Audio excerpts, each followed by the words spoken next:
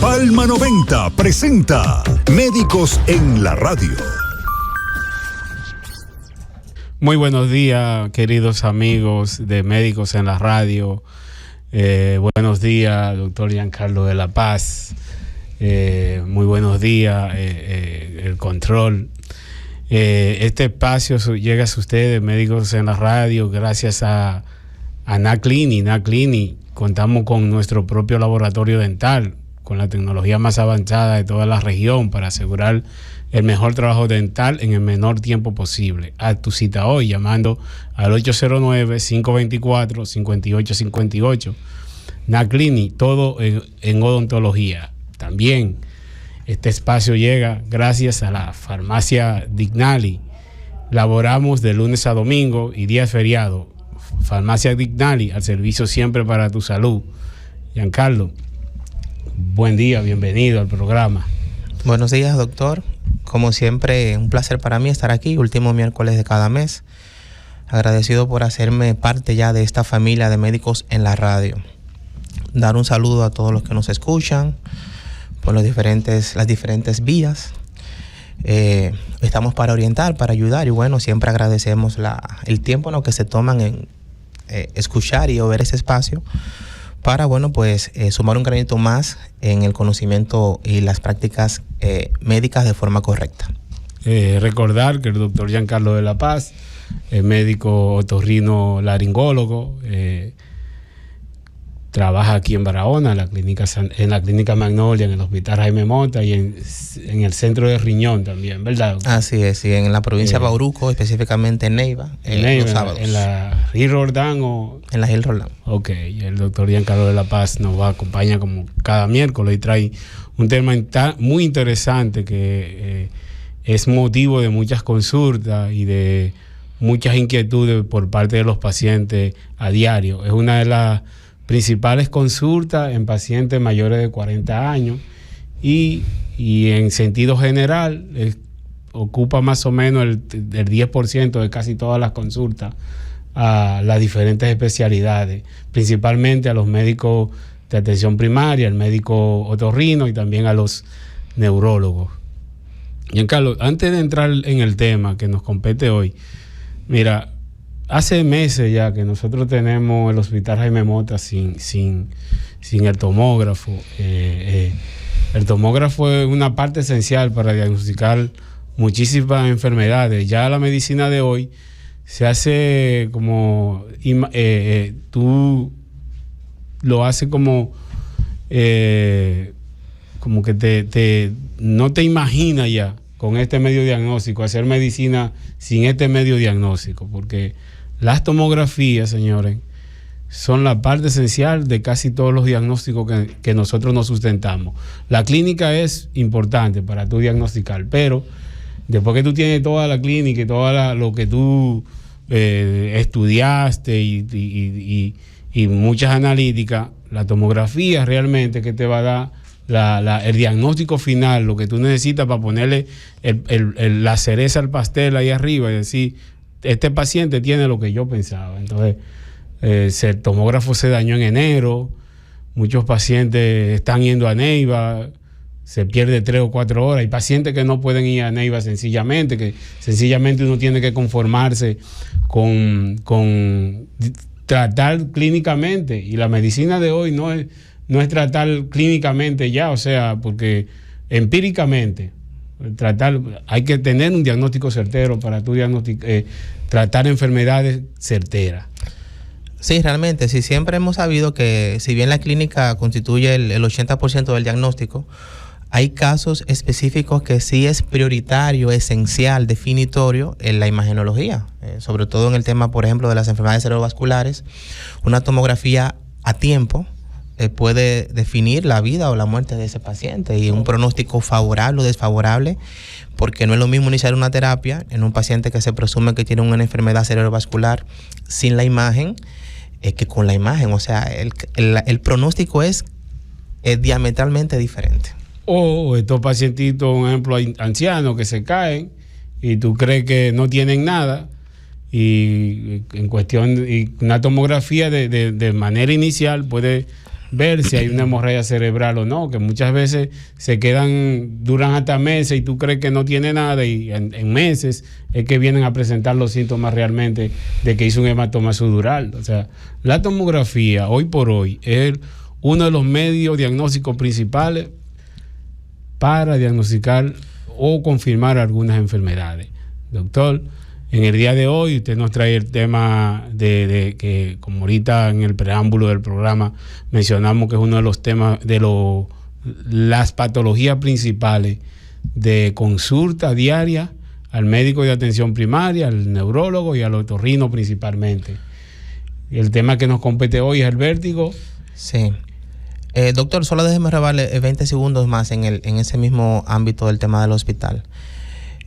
Como yo realmente vengo poco a los medios, me gusta siempre decir que los problemas de este país, sobre todo en materia de salud, se van a acabar el día en que por ley los funcionarios deban asistir al centro público mientras están en el ejercicio de su función. Es decir, el día que se establezca una ley en este país que obligue al funcionario mientras está en su periodo de gestión a asistir él y su familia a los centros públicos, llevar a sus niños de nueva inscripción a las escuelas públicas, hasta ese día se resuelven los problemas. O sea, van a estar los problemas en este país en materia de salud y en materia de educación. Suena algo descabellado, pero es muy bueno decir desde allá del Congreso que todo está bien, pintar el país de las maravillas, pero vaya a ver cómo están los hospitales. Dejo eso por ahí, en algún otro momento vamos a hablar, pero los dominicanos conscientes que me están escuchando, denle mente a eso. Hay que obligar por ley a los funcionarios que mientras están en el ejercicio de su función tienen que ir a los hospitales, porque una gastroenteritis de cualquier funcionario se van a Miami. En Dominicana parece que no hay gastroenterólogos. En fin, vamos al tema que nos compete. Como usted bien mencionó, vamos a hablar de vértigo. Este es un tema de mucha difusión. Yo siempre digo que junto con la sinusitis es un tema que está sobrevalorado porque todo el mundo cree tener vértigo.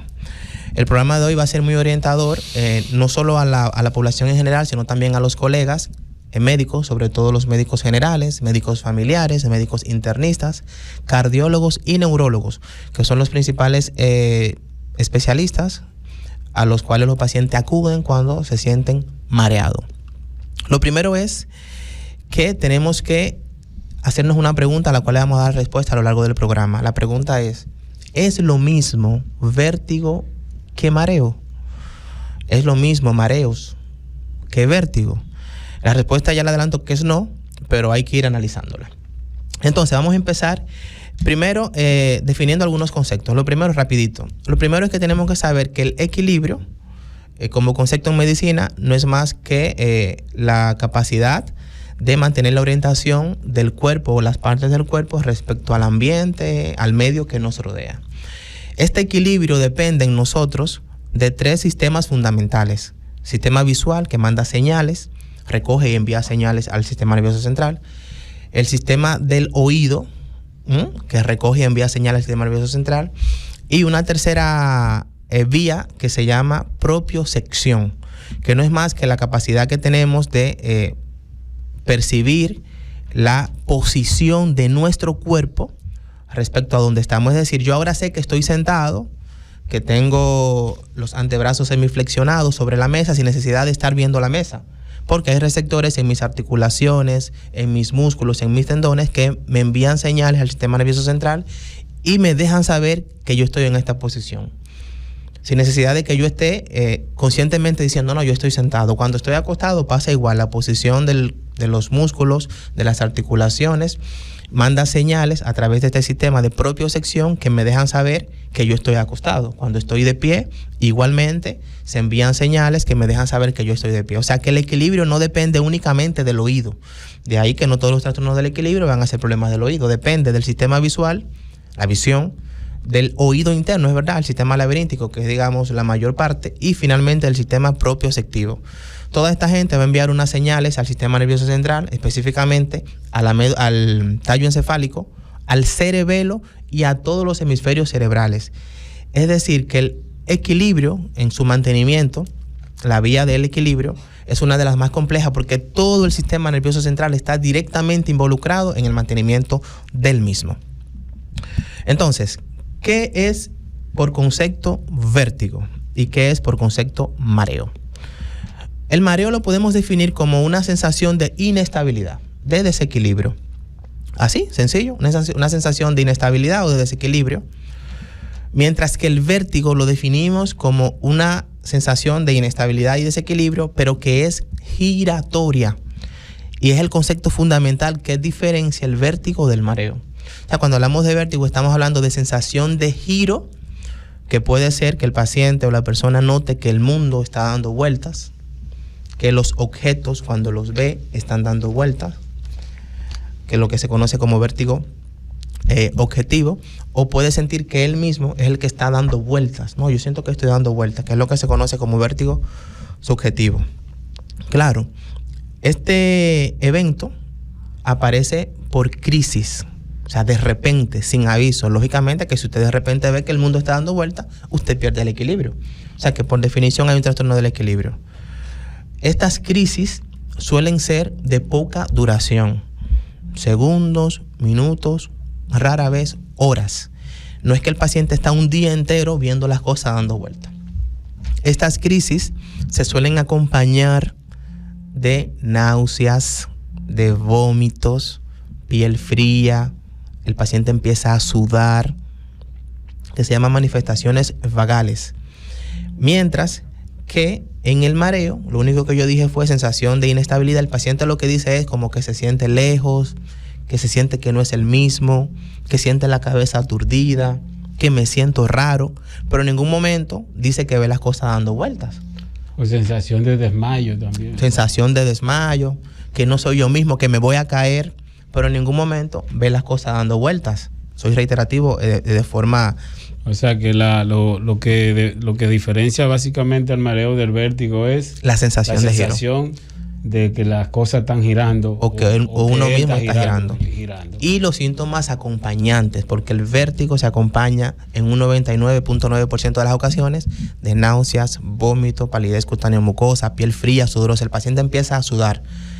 La otra diferencia es que son crisis. El paciente puede estar sentado tranquilo y de repente aparece la crisis. O sea, de repente todo empieza a dar vueltas, empieza a vomitar o con náusea, empieza a sudar. Lógicamente, si no se agarra, se cae, porque perdió en ese momento el equilibrio que ya lo definimos. Mientras que el mareo, usted puede sentir esa sensación de aturdimiento, de que no es usted mismo, de que la cabeza está lejos, de desmayo, que es una sensación un poco más banal y que puede durar horas o días, que es la diferencia del vértigo, porque la crisis de vértigo en sí dura minutos, o sea, segundos, minutos u horas, según la causa que la vamos a hablar ahora. Luego de que la crisis se va, con o sin medicamentos, el paciente pues siente un estado de mejoría.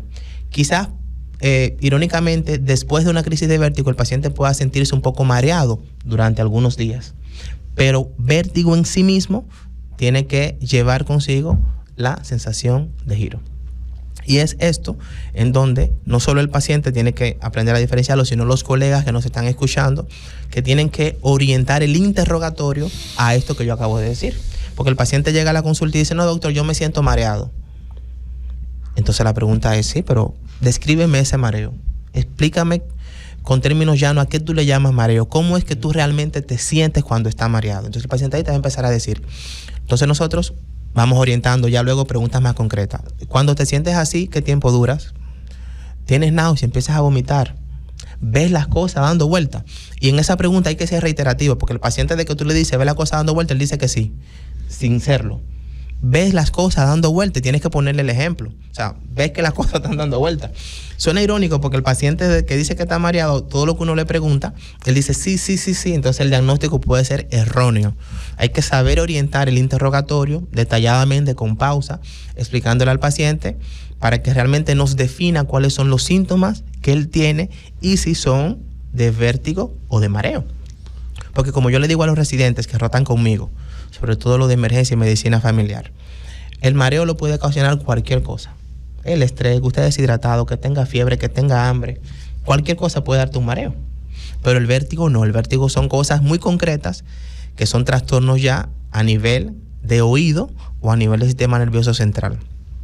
Eso nos lleva entonces a otra gran diferencia que tenemos que establecer con el vértigo, ya sabiendo lo que es.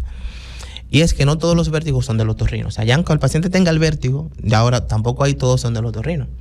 Está un vértigo que está producido por trastornos a nivel central, o sea, sistema nervioso central, entiéndase, encéfalo, enfermedad cerebrovascular, tumores de encéfalo, que ese vértigo lo trata el neurólogo. Ese es del neurólogo. Luego está el vértigo periférico. El término periférico alude a que lo que está afectado es uno de los nervios periféricos, específicamente el octavo par craneal, que ese vértigo periférico es el que cumple todas las características que ya expliqué y es el que trata el otorrino. ¿Cómo podemos diferenciar uno de otro? Bueno, ya eso le toca al médico, el paciente la tiene un poco difícil, pero para mis colegas es importante que sepan que, por eso dije que el programa de hoy es orientativo, pero para todo el mundo, no solo para el paciente.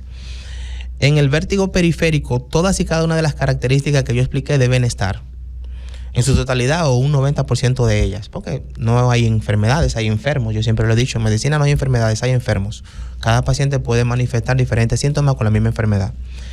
Mientras que en el vértigo central, además de eso, hay síntomas centrales, o sea, el paciente tiene pérdida de sensibilidad, pérdida de fuerza muscular, o sea, trastornos que hablan de que hay un problema a nivel del sistema nervioso central. Entonces, por ejemplo, cuando hay problemas del sistema nervioso central, doctor, y cuando hay problemas del sistema vestibular, ¿cómo el médico puede, un ejemplo, hacer la diferencia? ¿Cuáles exámenes, cuáles maniobras podemos hacer para tratar la diferencia entre problemas del sistema nervioso central y periférico y el sistema periférico? La respuesta, como dirían mis profes en Cuba, es método clínico. Historia clínica, o sea, interrogatorio y examen físico. En el interrogatorio, primero, orientar a buscar los síntomas que ya expliqué.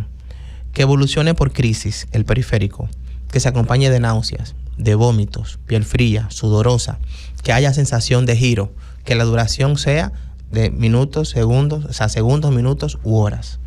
Mientras que en el central puede haber estas cosas, aunque en menor medida, y además en el interrogatorio usted va a preguntar si el paciente ha perdido fuerza muscular, si ha tenido trastornos en la marcha, si ha tenido trastornos visuales. Lo otro es el examen físico. Usted lo va a orientar a el examen del octavo par craneal. Usted va a evaluar en el paciente si hay nistagmo. Va a evaluar en el paciente signos clínicos como lo puede ser, por ejemplo, el Romberg. Eso ya para los médicos como tal. Va a evaluar la marcha del paciente. Va a evaluar la desviación del índice y algo que llamamos en medicina signo de estrella de Babinski. Son 5 signos que se buscan al examen físico para diagnosticar un vértigo periférico y que por pura clínica el paciente lo va a tener durante la crisis. La marcha, la desviación de la marcha hacia el lado afectado, el nistagmo, que también me muestra el lado afectado, la desviación del índice, que también me muestra el lado afectado, la famosa estrella de Babinski, que también me va a mostrar el lado afectado. Porque el vértigo... O sea, doctor, disculpa. Que es importante un ejemplo, porque ahorita usted mencionó que cuando es vértigo, probablemente el paciente va a durar mucho tiempo con el vértigo. El mareo puede durar días, ¿verdad? Sí, el mareo puede durar días, pero el vértigo evoluciona por crisis. Por crisis. Es importante que el paciente, cuando sienta la crisis o que tiene el episodio agudo, que vaya al médico en ese momento. Sí, para poder diferenciar, porque si desapareció ya pero se hace difícil, claro, diferenciar cuando es periférico o cuando es central. Claro, no, durante la crisis aguda es muy difícil hacer el examen físico porque el paciente no coopera. Lo más que podemos evaluar en la crisis aguda es el nistagmo, porque eso el ojo lo manifiesta. Pero el tema del Romberg, el tema de la marcha no se puede. Ya cuando el paciente va abortando la crisis, sí podemos hacer la demás maniobra y sí vamos a hallar los signos positivos. Pero durante el episodio agudo, o sea, durante el paroxismo de la crisis, pues no, solamente vemos nistagmo, además de las manifestaciones de vómito y demás. Ya cuando el paciente está rebasando la crisis aguda, sí podemos hacer el examen físico y vamos a encontrar los signos positivos. Porque en el vértigo periférico tiene una característica que es la armonicidad. Todo lo que hagamos al examen físico me apunta a un lado que está afectado siempre. Todas las pruebas van a concluir en el mismo lado afectado, que puede ser el derecho o el izquierdo. Mientras que cuando el problema es central, no. O sea, el paciente puede tener las manifestaciones de vértigo que apunten a un oído, pero puede tener una hemiplegia contralateral. asociado, por ejemplo, a un accidente cerebrovascular. Es decir, que durante la crisis aguda es muy difícil hacer el examen físico, es más que todo el nistagmo, pero cuando el paciente ya está rebasando la crisis, si hacemos el examen físico podemos orientarnos y determinar si realmente se trata de un vértigo periférico o central desde el punto de vista clínico. Porque lógicamente todo paciente que usted tenga en una emergencia con una crisis de esta, que usted está sospechando que puede ser central, toca una tomografía, que es lo que hablábamos ahorita, que es lo que nos va a diferenciar de forma inmediata si está un accidente cerebrovascular en curso o no. Porque el vértigo en sí periférico, si bien constituye una urgencia médica, la vida del paciente no está en juego. Pero cuando hay un accidente cerebrovascular que me está dando manifestaciones de vértigo, sí la vida del paciente está en juego y además pueden haber secuelas permanentes en ese paciente. O sea que el enfoque también tiene que orientarse a el pronóstico respecto al paciente, porque el vértigo no lo va a matar. El vértigo sí es muy incómodo, el paciente está incapacitado, me siento mal, creo que me voy a morir, pero no te vas a morir. Mientras que en un evento central, sí la vida del paciente y las funciones motoras o sensoriales del paciente corren peligro. El vértigo el vértigo tiene una amplia cantidad de patologías que la pueden causar. Entonces, como usted mencionó, los tumores, los accidentes cerebrovasculares o trastornos vestibulares. Los dos primeros serían causas de vértigo central, parte de neurología. Pero hay también enfermedades cardiovasculares o enfermedades gastrointestinales también que pueden causar el mareo o el vértigo. Claro, en ese caso, más que vértigo, serían mareos. Porque cuando hablamos de vértigo tenemos que circunscribirnos a que la causa está o en el sistema nervioso periférico, o sea, a nivel de oído, o a nivel del sistema nervioso central. Las demás enfermedades, porque una hipoglicemia le puede dar un mareo a usted. Sí. Y usted sentirse con todo lo que hemos dicho, excepto la sensación de giro. Entonces, en ese caso, usted tiene un mareo, pero no llegó a tener una crisis de vértigo. Entonces, ya hablando de toda esa teoría, ¿cuáles son las principales causas de vértigo periférico que van a meritar la participación del otorrino y que el paciente sí debe conocer para más o menos poder diferenciarla? Vuelvo y repito, doctor, que eso quede claro. El vértigo en sí mismo es una urgencia médica, no una emergencia. Una urgencia, el paciente sí es verdad que se siente muy mal, a veces uno cree que le va a dar un ataque, pero cuando vamos al fondo... El que lo ha tenido siente que me voy ahí, yo no aguanto esto, yo no puedo manejar, yo no puedo trabajar tranquilo, no puedo estar de pie, no puedo estar acostado. De la única forma, doctor, que yo me siento un chin mejor es acostado, con los ojos cerrados y sin moverme, doctor. Que ahí vamos a hablar de eso ahora, porque normalmente el vértigo, cuando cerramos los ojos empeora la crisis, en el mareo no. Pero donde voy es que si nos vamos al fondo, la vida del paciente no corre peligro con un vértigo. O sea, en sí misma la vida del paciente, a menos que la crisis le dé haciendo otra actividad. O sea, si la crisis está conduciendo, lógicamente ahí sí tu vida corre peligro. Si está trabajando en una altura, en una construcción, en un andamio, y te da una crisis, lógicamente tu vida corre peligro. Pero en sí mismo, por el vértigo, tu vida no está en peligro e inminente. No sé si me di a entender. Sí. Excelente. Creo que los radioescuchas entienden bien. Exactamente. O sea, el vértigo, aunque tú tengas las manifestaciones, que tengas la patología, tu vida en sí misma no está en peligro. En buen dominicano no te va a matar. Exactamente. No es como que el vértigo en sí mismo es una causa de muerte. Lo que es muy angustiante, Ahora, ¿cuáles son las principales causas de vértigo periférico, que son las que trata el otorrino y que debemos conocer? Y es donde empieza el abuso que yo decía al inicio, de que es una enfermedad que está sobrevalorada porque todo el mundo cree que tiene vértigo, sobre todo un famoso Meniere, que para allá vamos ahora, que todo el mundo tiene Meniere y nadie tiene Meniere. Son muchísimas las causas de vértigo periférico. Las principales yo las he enumerado acá. El primero y el más común es el vértigo posicional paroxístico benigno. Vértigo posicional paroxístico benigno. Nombre un poquito largo y el mismo nombre dice todo lo que pasa. Primero es un vértigo. Y lo bueno que tiene al final, benigno. Exactamente. Entonces, vértigo, ya dijimos que es un vértigo, ¿no? Sensación de giro, náusea, vómito, todo eso. Posicional significa que aparece a los cambios bruscos de posición. Es el vértigo más frecuente, diría yo. Normalmente el paciente va a desencadenar la crisis al agacharse, al mover bruscamente la cabeza, al acostarse o si está acostado al levantarse bruscamente. El paciente dice cuando llega a la consulta, no doctor, yo cuando me acosté de repente vi que todo empezó a dar vueltas, empecé a vomitar. O viceversa, el paciente puede decir, no doctor, cuando me levanté de la cama, de repente vi que todo empezó a dar vueltas. Empecé con la náusea, con los vómitos. O sea, el cambio brusco de posición puede generar este vértigo. La etiología es un poquito interesante, pero no es la idea de hoy. Solamente saber que es un vértigo que se produce por un cambio brusco de posición, de ahí que sea posicional. Paroxístico. Doctor, dígame. Discúlpeme. ¿Y por qué pasa esto? O sea, ¿qué pasa? Bueno, pues vamos a explicarlo. Sí, porque... En el oído interno tenemos una parte que se llama laberinto anterior, que es el que se encarga de la audición, y una parte que se llama laberinto posterior, que es el que se encarga del equilibrio. Este laberinto posterior también se le conoce como vestíbulo. En ese vestíbulo hay dos tipos de receptores.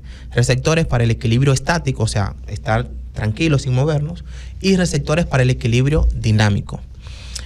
A nivel del oído interno, hay unas estructuras en ese vestíbulo que se llaman otolitos, que son como unas piedrecitas que están pegadas a uno de los receptores.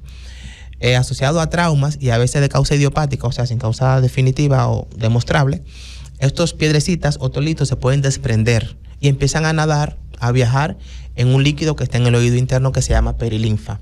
Entonces, cuando movemos bruscamente la cabeza, que esos señoritos se levantan y empiezan a moverse, es que se produce el vértigo.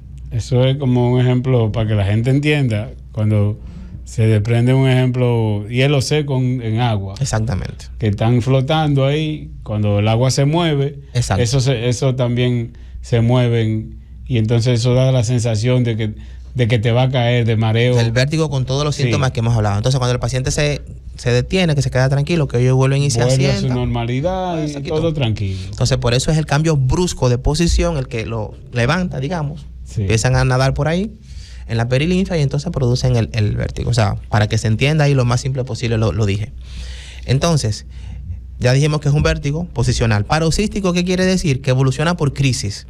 O sea, el paciente está bien, de repente me agaché, ahí mismo todo se desequilibró, todo empezó a dar vueltas, me caí. Porque recuerden, el vértigo es incapacitante. O sea, el paciente cuando está en la crisis de vértigo se cae si no se agarra. Si usted no tiene ahí ya sentido de orientación ninguno. Lo bueno es que este es el que menos dura. Son unos segundos a lo mucho minutos. Desde que el paciente se queda tranquilo, que eso se asiente, el otolito, pues entonces la crisis desaparece. Y lo de benigno es que uno es un vértigo que dura poco. Segundo, existen maniobras en las que podemos llevar esas piedrecitas de nuevo a su lugar de origen y hacer que las crisis no sean tan frecuentes o que no se vuelvan a repetir. O sea que el pronóstico de este vértigo es hacia la curación si se trata adecuadamente. Por eso es que es benigno. Es el más frecuente, gracias a Dios. Y ese sí es un vértigo del otorrino, ¿verdad? Sí, no, claro. Ya lo que estamos hablando todos son causas específicas de vértigo periférico. Okay. O sea, ya estamos poniéndole nombre a las causas más frecuentes de vértigo periférico. Pero para llegar ahí, tuvimos que hacer todo el viaje de qué cosa es el equilibrio, qué cosa es el vértigo, cuál es la diferencia entre mareo y vértigo, por qué, o sea, cuáles son los mecanismos que nos mantienen con equilibrio en el cuerpo, cuándo es central y cuándo es periférico, y ya entonces en el periférico estamos hablando ahora. Entonces esa es la primera causa. ¿Qué tiene que saber el paciente cuando le suceda esto? Lo primero es tratar de quedarse en una posición estática, los ojos, no cerrarlo, abrir los ojos y mirar a un punto fijo, que ahí es que está la clave del vértigo periférico. El vértigo periférico tiende a disminuir cuando fijamos la vista. Instintivamente el paciente lo que trata es de cerrar los ojos. Eso es algo instintivo. Pero la clave en el vértigo periférico, que aplica para todo lo que vamos a mencionar, es abrir los ojos y fijar la vista a un punto fijo. O sea, usted le da la crisis, se sentó, abrió los ojos y miró a un punto fijo. Mientras está así, si alguien puede traerle un poquito de alcohol en una torunda, en una gasita, en un papel, en lo que sea, para usted olerlo mientras está mirando al punto fijo, mucho mejor. Eso va a hacer que la crisis empiece a desaparecer. Cuando ya esté más estable, acude al médico, porque el médico es el que le va a decir finalmente lo que era y cuál sería el tratamiento a largo plazo para evitar que esto se siga produciendo. Pero la clave es, repito, en vez de cerrar los ojos, lo ideal es abrir los ojos y mantener la vista a un punto fijo, porque el vértigo periférico tiende a desaparecer o mejorar cuando fijamos la vista. Además de esto, oler un poquito de alcohol siempre ayuda. O sea, me dio la crisis, Es verdad que me tiré al piso. Ya cuando estoy un poquito mejor, me siento, abro los ojos, mantengo la vista fija en un punto determinado y que alguien me traiga un poquito de alcohol para oler. Levantarse también ayuda mucho, doctor. Levantarse, por ejemplo, cuando te dé el vértigo, que está acostado, o sentarte, mantenerte de manera estática, no hacer los movimientos bruscos. Exacto, claro. Para que no desencadene de nuevo el movimiento de los otolitos. Sí, de los otolitos. Entonces, mantener la mirada fija, como usted dice, y hasta también que se mejore. Hasta que mejore. Y el alcohol, eso es clave. O si un ejemplo, estoy manejando, porque el vértigo pues, de repente te puede dar manejando, no avisa. Entonces, ¿qué hacer ahí? Bueno, estas enfermedades, muchas de ellas conllevan licencia médica y prohibición de ciertos trabajos. Por ejemplo, el paciente que padece de vértigo no puede trabajar en la construcción ni en el transporte de ningún tipo, ni terrestre, ni aéreo, ni marítimo. Ahora, si a usted le da un vértigo en pleno manejo, lo que tiene que tratar es de orientarse hacia la derecha para salir del carril y pisar el freno. Y tratar de pararse. Y ahí mismo y pisar el freno, tratar de quedarse un poquito fuera del carril. Entonces, ya lo que acabamos de decir, ojos abiertos con mirando un punto fijo, hasta que mejore. Ya cuando mejore un poco, bueno, pues pide auxilio, ayuda, ya, mano, ven acá, auxíliame. Entonces, cuando el paciente ya se le diagnostica el vértigo periférico, que es un diagnóstico meramente clínico realmente, se le aconseja lo que usted decía, no movimientos bruscos. Este paciente tiene que aprender a hacer un hábito de vida que para acostarse hay que sentarse en la cama, pensar para qué lado que me voy a tirar y recostarse con calma, suavecito. Después que está acostado, se acomoda, no se puede tirar a la cama. Inclusive hasta mandarle así mismo como usted dijo, mandarle la información al cerebro, me voy a parar en un momento. Exactamente. Me voy a mover a la derecha. Exactamente. Para que el cerebro vaya posicionando que se va a mover. Correcto. No hacerlo de manera brusca. Entonces, cuando se despierta el paciente, lo primero es quedarse un ratico acostado orientándose. Ya cuando esté orientado, pues se sienta suavecito, más o menos 30 segundos, un minuto, y después se para. O sea, si se tiró bruscamente de la cama, le va a dar la crisis, casi seguro. Igualmente, movimientos bruscos de la cabeza, pues cuando vamos a girar el cuello, hacerlo siempre con calma. Si nos vamos a agachar, tratar de agachar el cuerpo, no la cabeza en sí, para recoger un objeto, sino agacharse con el cuerpo. Estas son recomendaciones que le damos a los pacientes con vértigo posicional. Pero repito, este vértigo tiene la característica de que existen maniobras que se llaman maniobras de reubicación canalicular que pueden garantizar que las crisis no sean tan frecuentes o que desaparezcan del todo. Claro, en la crisis aguda también nos vamos a auxiliar de medicamentos para ayudar al paciente, pero ese de benigno tiene esa característica, o sea, de que hay un tratamiento muy específico para él que garantiza que las crisis sean poco frecuentes. Bien, otra de las causas fundamentales del vértigo periférico lo es la neuritis vestibular. La neuritis vestibular, como su nombre lo indica, es una inflamación del nervio vestibular. Neuritis, inflamación de un nervio. Vestibular, bueno, del nervio vestibular. Esta inflamación del nervio se debe originalmente a dos cosas fundamentales. La primera de ellas es enfermedades infecciosas de la vía aerodigestiva superior. Cualquier infección de aquí arriba, de la parte que sea, puede de forma secundaria afectar el nervio vestibular e inflamarlo. Y esa inflamación de ese nervio, lógicamente que va a producir vértigo, porque ya dijimos que una de las tres vías que envían señales al cerebro para el mantenimiento del equilibrio es la vía del oído, la vía vestibular. Y si yo tengo esa vía inflamada, pues voy a tener vértigo. La otra causa de este vértigo son las intoxicaciones alimentarias, y ahí voy. El abuso de nitritos y nitratos, entiéndanse embutidos que tienen eso como preservante, salami, longaniza, jamón, salchicha. Casi todo lo bueno, doctor. El abuso de pescados salados, arenque, bacalao. El abuso de enlatados, todo lo que venga en una lata. Y el abuso del alcohol. Esas son las 4 cosas fundamentales que pueden causar una inflamación del nervio vestibular. Repito, no el alimento en sí, sino el preservante que tiene.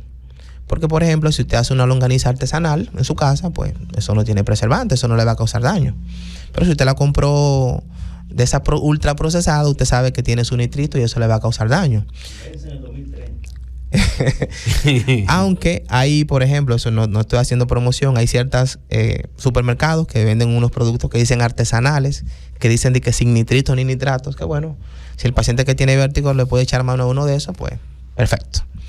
Pero de forma general, embutidos, a todo lo que sea embutido, el guacote, la chuleta ahumada, el pollo ahumado,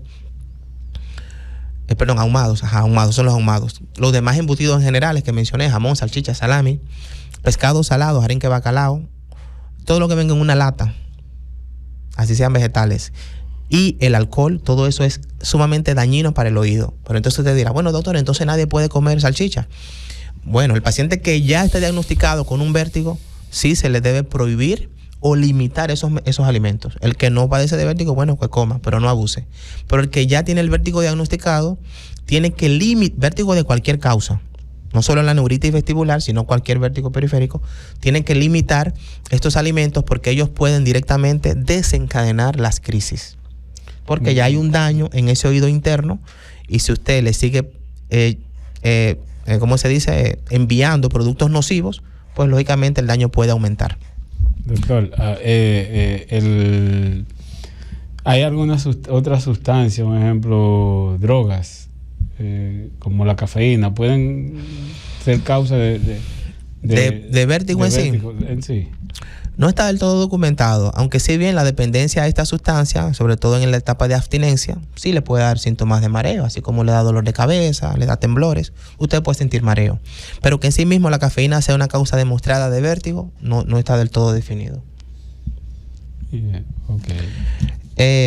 Entonces esa es la neuritis vestibular. Esta enfermedad tiene la característica de que la primera crisis, que como todos los vértigos periféricos llega sin avisar, es la más intensa de todas. Ya las demás crisis van a ser paulativamente de menor intensidad hasta que llega un momento en que el laberinto, el oído interno, se adapta al déficit y ya el paciente pues deja de presentar la crisis, y si las presenta es muy leve y asociado a un desasurdo de lo que acabamos de decir. O sea, que el paciente haga un abuso en el consumo de estas sustancias que debería limitar. O sea, que también tiene una evolución un poco favorable, porque la primera crisis es la más agresiva. Pero repito, todas estas crisis de vértigo tienen la característica de que el paciente cree que se va a morir. Y ahí es que está el detalle. Aunque creo que me voy a morir, o sea, me alarmo, me asusto, me estreso, se arma un corre-corre, pero ya luego entonces cuando llegamos al fondo vemos que realmente la vida no está en peligro. Esa es la neuritis vestibular. Otra causa muy frecuente de vértigo periférico es la contusión laberíntica. Esto se debe a trauma, o sea, es un vértigo que aparece post-trauma. Después de un trauma craneoencefálico, una contusión, la sacudida, un golpe, me dicen por aquí exactamente, un golpe en el cráneo, la cabeza, la sacudida del encéfalo, del cerebro, dentro del cráneo, hace que choque.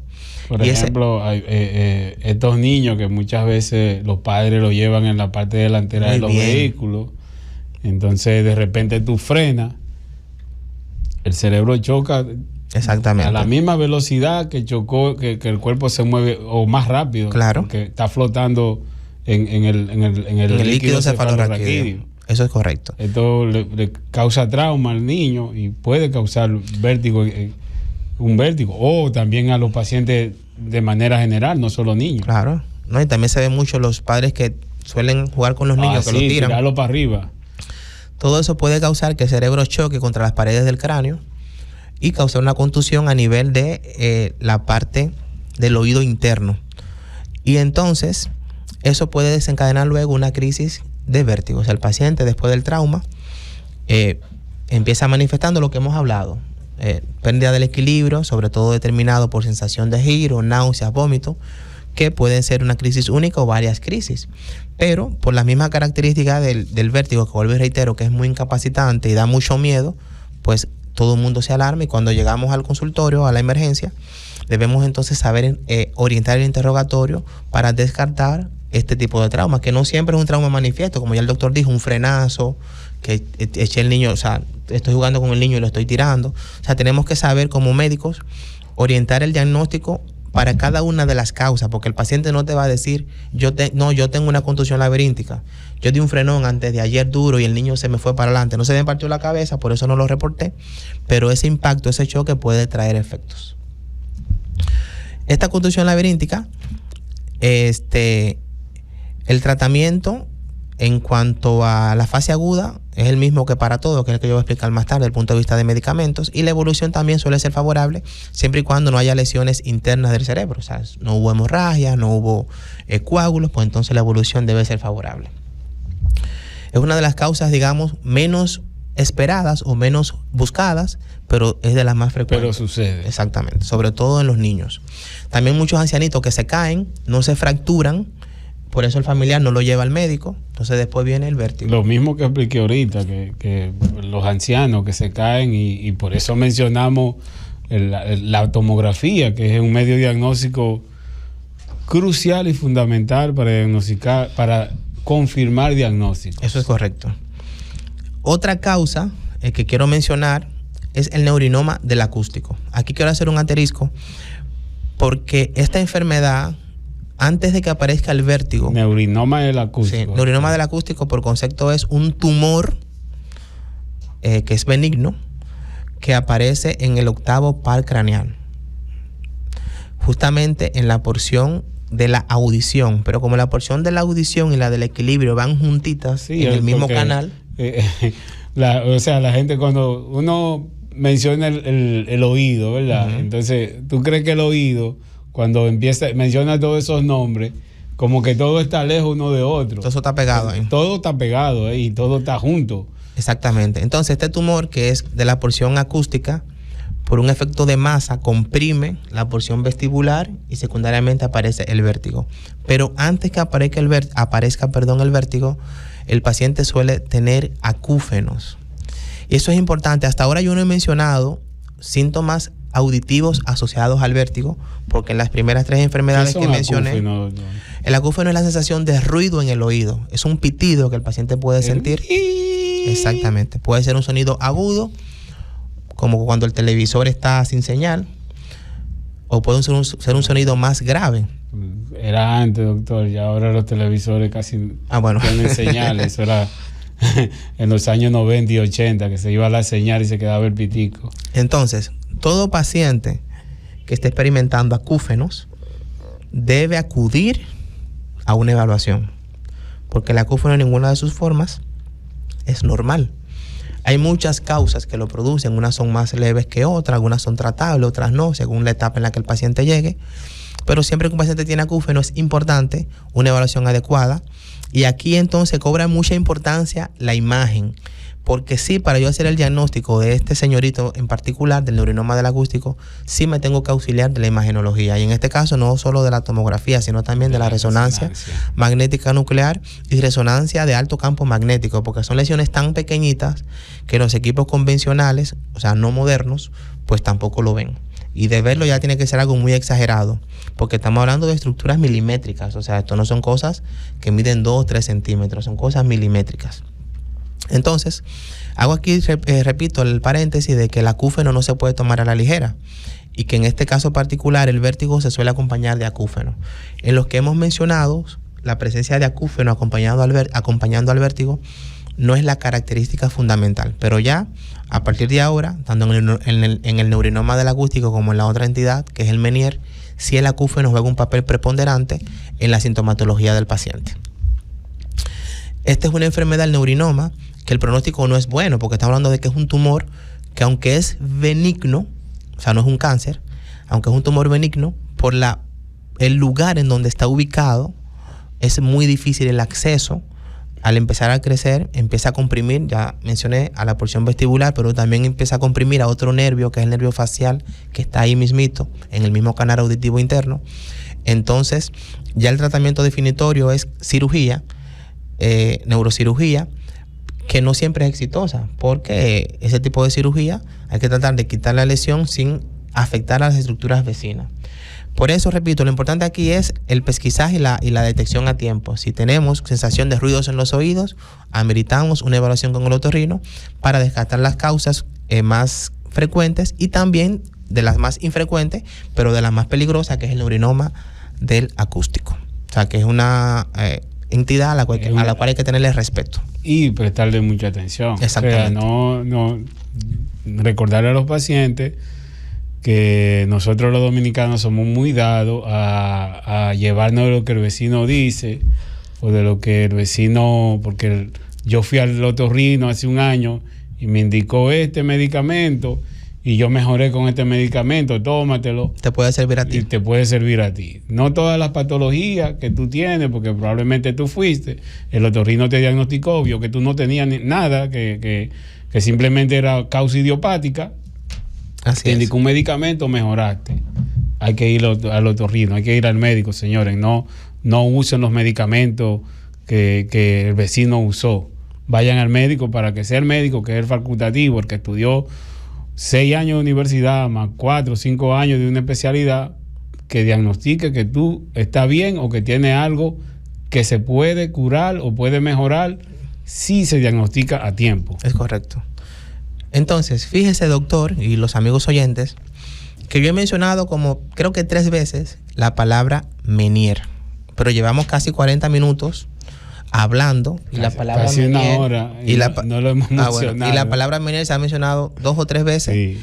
Y casi la gente, todo el mundo tiene vértigo de Menier. Entonces, allá vamos. Enfermedad o síndrome o vértigo de Menier.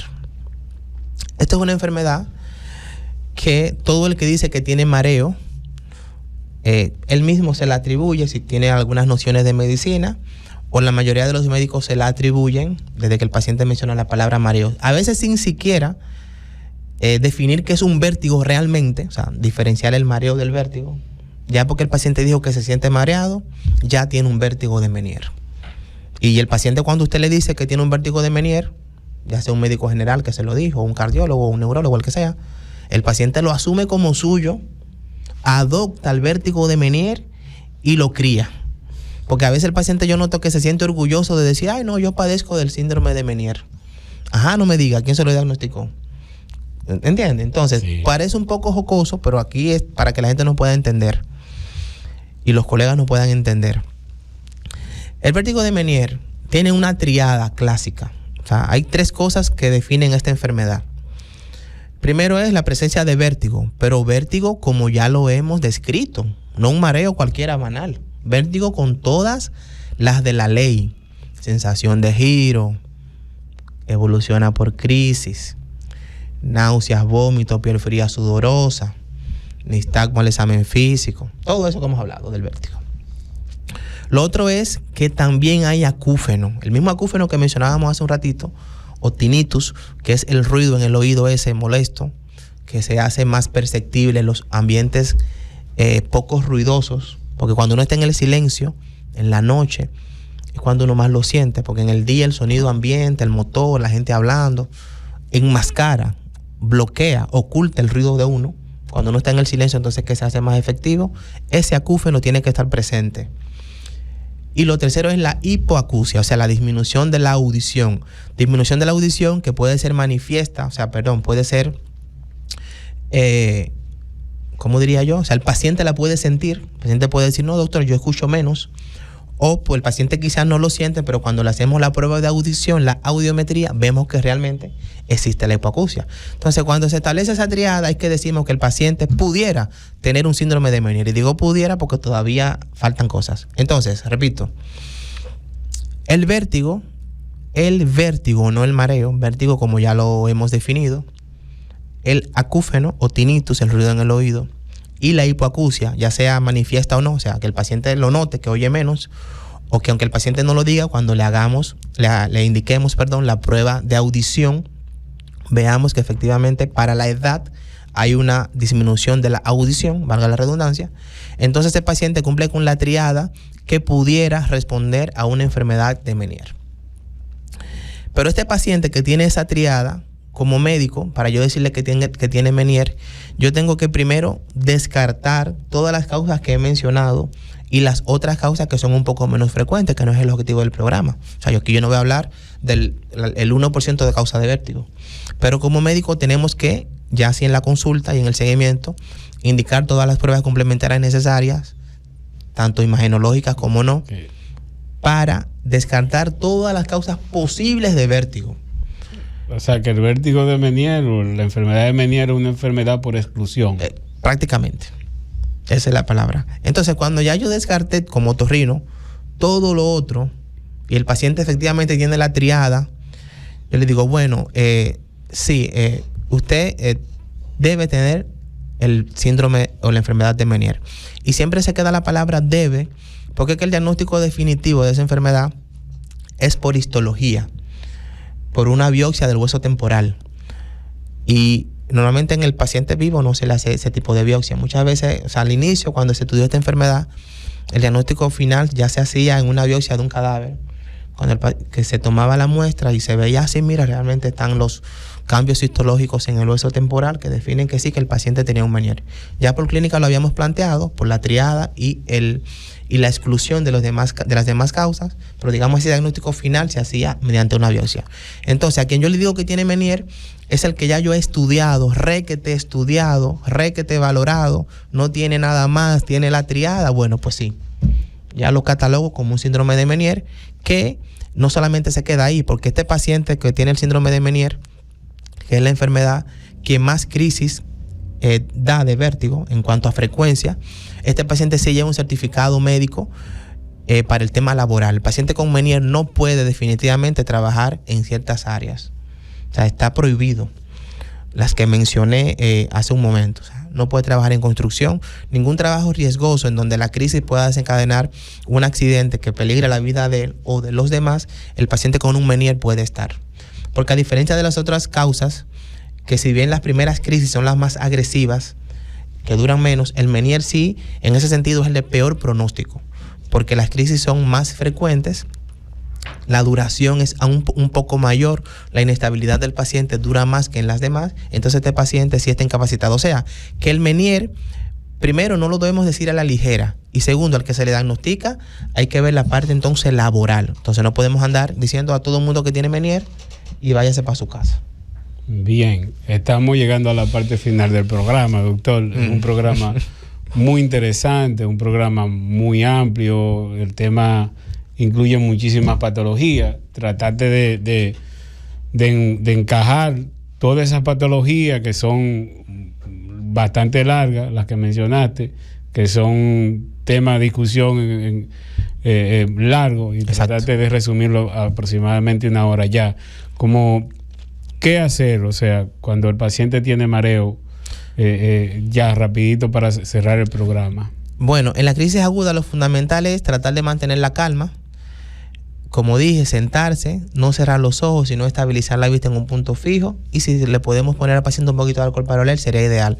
Cuando el paciente se sienta un poquito mejor, porque con esta maniobra va a mejorar, pues debemos acudir a la emergencia, donde allí ya se van a aplicar una serie de medicamentos que van a mejorar la crisis. Luego de eso, lo que llega es el seguimiento en la consulta del otorrinolaringólogo o del médico familiar o del neurólogo, según lo estime el médico de la emergencia, para hacer el pesquisaje de este paciente, y si finalmente es un vértigo, bueno, ya el otorrino, se quedaría con él.